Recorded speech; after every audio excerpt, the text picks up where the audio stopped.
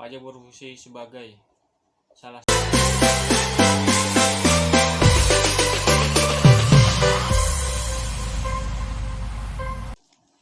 Oke, ketemu lagi di channel Haikal NS. Di sini gue akan membahas tentang dasar-dasar perpajakan. Dari apa itu pajak. Sebelum lebih lanjut, silakan like, komen, dan subscribe. Dan jangan lupa tekan tombol notifikasi agar tidak ketinggalan video-video terbaru dari channel Haikal NS. Oke, di sini sebelumnya saya akan membahas definisi dan unsur pajak. Definisi pajak menurut Undang-Undang Nomor 16 Tahun 2009 tentang perubahan keempat atas Undang-Undang Nomor 6 Tahun 1983 tentang ketentuan umum dan tata cara perpajakan pada pasal 1 ayat 1 berbunyi, pajak adalah kontribusi wajib kepada negara yang terutang oleh orang-orang pribadi atau badan yang bersifat memaksa berdasarkan undang-undang dan tidak mendapatkan imbalan secara langsung dan digunakan untuk keperluan negara bagi sebesar-besarnya kemakmuran rakyat. Itu definisi pajak menurut undang-undang. Sementara itu, menurut Profesor Dr. Rohmat Sumitro, pajak adalah iuran rakyat kepada kas negara berdasarkan undang-undang yang dapat dipaksakan dengan tiada pendapatan, jasa timbal, kontra prestasi yang langsung dapat ditunjukkan dan digunakan untuk membayar pengeluaran umum. Dari definisi tersebut dapat disimpulkan bahwa pajak memiliki unsur-unsur, ada 4 unsur. 1. Iuran dari rakyat kepada negara. 2. Berdasarkan undang-undang. 3. Tanpa jasa timbal atau kontra prestasi dari negara yang secara langsung dapat ditunjukkan. 4. Digunakan untuk membiayai rumah tangga negara, yakni pengeluaran-pengeluaran yang bersifat bagi masyarakat luas. Oke, di sini gua ada ringkasan APBN 2021. Bisa dilihat. Yang warna biru itu adalah keseimbangan primer.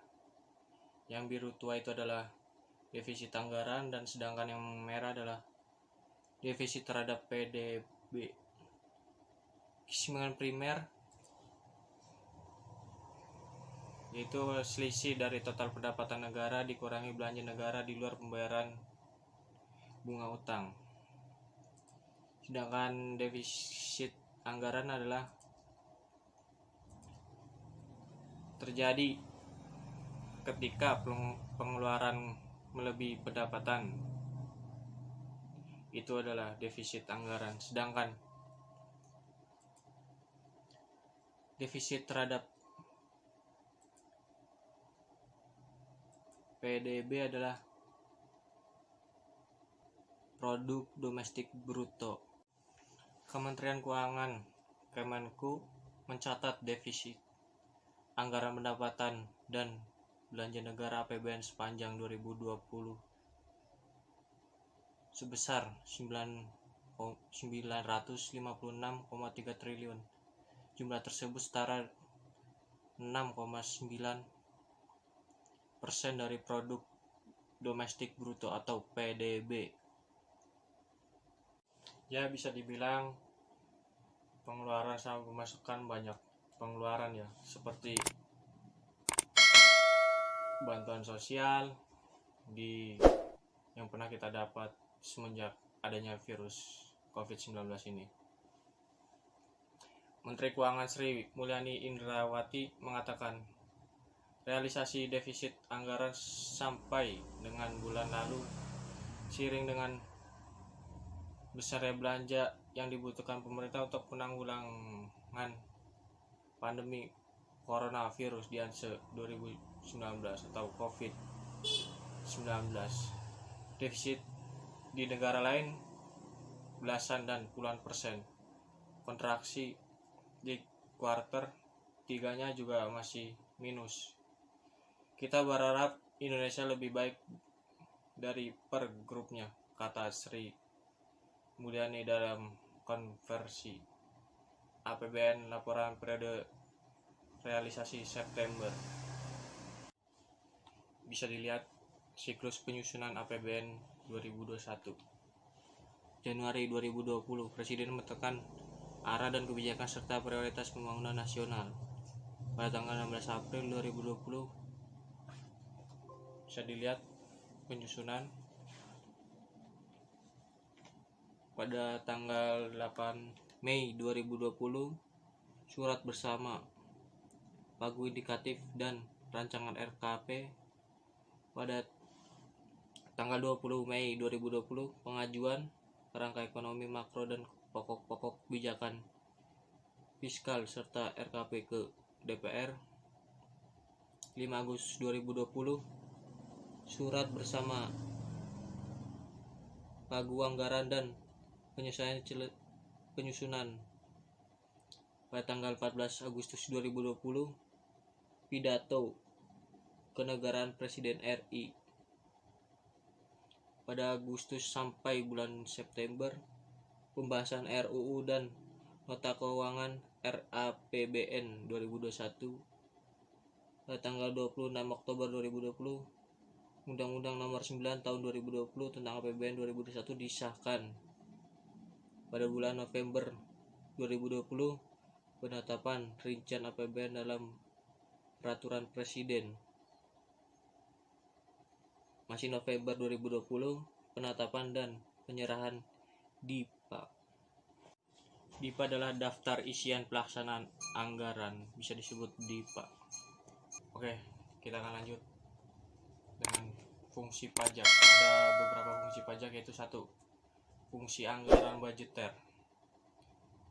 Pajak berfungsi sebagai salah satu sumber dana bagi pemerintah untuk membiayai pengeluaran-pengeluarannya.